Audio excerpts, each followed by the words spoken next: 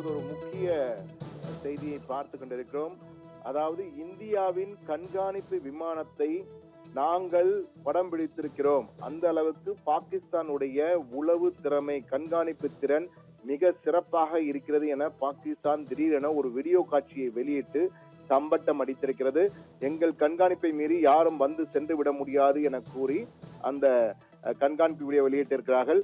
அது இந்தியா பயன்படுத்துகிற P-8I என்ற ஒரு உளவு விமானம், கடலோர உளவு விமானம்.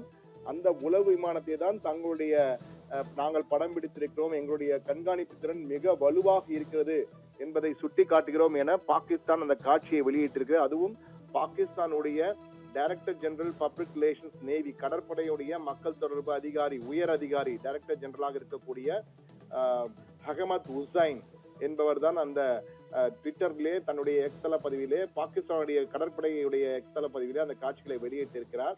இந்த காட்சிகள் தற்போது சமூக வலைதளத்தில் வைரலாக கொண்டிருக்கிறது. இது பாகிஸ்தான் தங்களுடைய கண்காணிப்பு மிக சிறப்பாக இருக்கிறது என பறைசாற்றி கொண்டிருக்கிறது. ஆனால் சமூக வலைதளங்களில் அவர்களுடைய கண்காணிப்பை பாராட்டாமல் விமர்சனங்கள் தான் அதிகமாக சென்று கொண்டிருக்கிறது. காரணம் என்னவென்றால், பாகிஸ்தான் தன்னுடைய இந்தியாவின் உளவு விமானத்தை பார்த்த பாகிஸ்தான் அதை சுட்டு வீழ்த்தாமல் அதை படம் பிடித்து காண்பிப்பதில் என்ன பெருமை இருக்கிறது என்ற ஒரு பக்கத்திலே கேள்விகள் எழுப்பிக் கொண்டிருக்கிறார்கள். இதன் மூலமாக பாகிஸ்தானால் சுடுவதற்கு அவர்களிடம் குண்டுகள் இல்லை என்ற வகையிலே கிண்டலும் கேலியுமாக தற்போது சமூக வலைதளம் சென்று கொண்டிருக்கிறது. ஆனால் மற்றொருவர் கூறியிருக்கிறார், இந்த இந்தியா பயன்படுத்திய அந்த உளவு விமானமான P-8I என்பது அமெரிக்காவின் போயிங் 737 என்ற நிறுவனம் தான் தயாரித்து வழங்குகிறது. இது கடலோர காவல்படையில் பயன்படுத்தப்படுகின்ற ஒரு விமானமாகும்.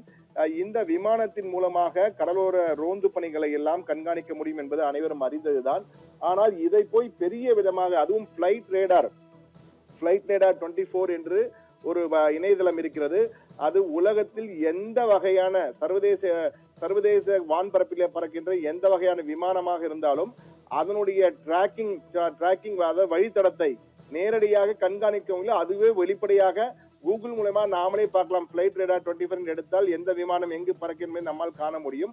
அதிலிருந்து எடுத்துவிட்டு தங்களுடைய கண்காணிப்பு சிறந்ததாக இருந்தது என பாகிஸ்தான் கூறுவது எந்த வகையில் ஏற்புடையது என்ற வகையிலே கடும் விமர்சனத்தையும் வைத்திருக்கிறார்கள். மே 4ஆம் தேதி நள்ளிரவு 4:05 இரவுகளில் இந்த விமானம் சென்றதாக பாகிஸ்தான் கூறுகிறார். ஆனால் இந்தியா தரப்பிலிருந்து அதிகாரப்பூர்வமாக எந்த பதிலும் வரவில்லை. ஆனால் பாகிஸ்தான் தம்பட்டம் அடித்தது அவர்களுக்கே பேக் ஃபயர் என்பார்களே, அப்படி ஆகியிருக்கிறது.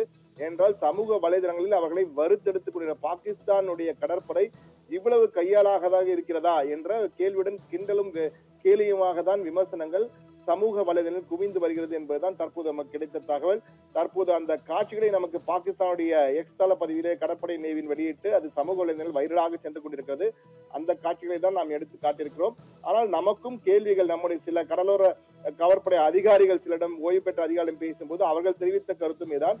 இது எளிதாக இது ஸ்டெல்த் ஏர்கிராப்ட் அல்ல, அதாவது மறைந்து போகக்கூடிய விமானம் அல்ல, அனைவரும் பார்க்கக்கூடிய விமானம் தான்.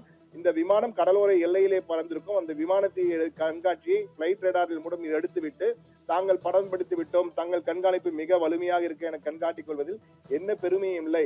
ஒருவேளை பாகிஸ்தானுடைய எல்லைக்குள் நாம் பறந்திருந்தால் அதை சுட்டு வீழ்த்திருக்க வேண்டும், அதை சிறைப்பிடித்திருக்க வேண்டும், அதை தரையிறங்க செய்திருக்க வேண்டும். அதை செய்யாமல் அந்த காட்சியை போட்டுவிட்டு தங்களுடைய வலிமை மிக சிறப்பாக இருக்கிறது பாகிஸ்தான் கூறுவது எந்த வகையில் ஏற்றுக்கொள்ள, அந்த விஜிலண்ட் வாட்ச் என்று கூறியிருக்கிறார்கள். இது எந்த வகையில் ஏற்றுக்கொள்ள முடியும் என பல அதிகாரிகளும் நம்மிடம் தெரிவித்தார்கள். எனவே பாகிஸ்தான் தற்போது தன்னுடைய புகழை தம்பட்டம் அடிப்பதாக வெளியிட்ட வீடியோவே அவர்களுக்கு பதிலடியாக மாறிக்கொண்டிருக்கிறது சமூக வலைதளங்கள் மூலமாக என்பதால் தற்போது தெரிய வந்திருக்கும் தகவல் நேயர்கள்.